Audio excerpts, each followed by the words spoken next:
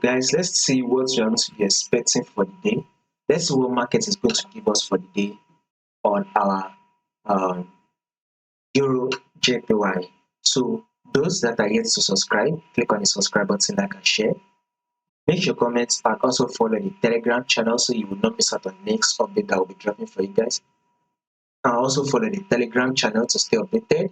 You will find the link to the Telegram channel in the comment section.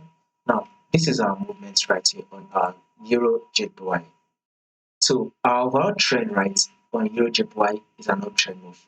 This is a movement. So basically, we have three movements in the market. It's either market is trending to the upside, or market is trending to the downside, or market is literally ranging.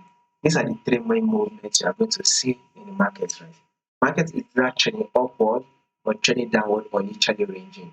If you are to zoom it in, you will see something that EURJPY is literally trending upward. So this is the impulsive move, high and the corrective phase.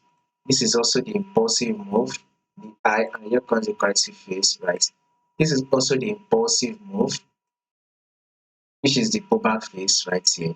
Now this is also another impulsive move that literally took out this previous high right here, guys. The impulsive move literally took out this previous high. Now this is the pullback phase right here. So now with this pullback phase, we should expect market to actually push up, continue that push up. So it is able to take out this high right here, thereby giving us a new higher high. So what we're trying to say is that the bullish move, right, is still what we'll be expecting for the day on Swiss franc EURJPY.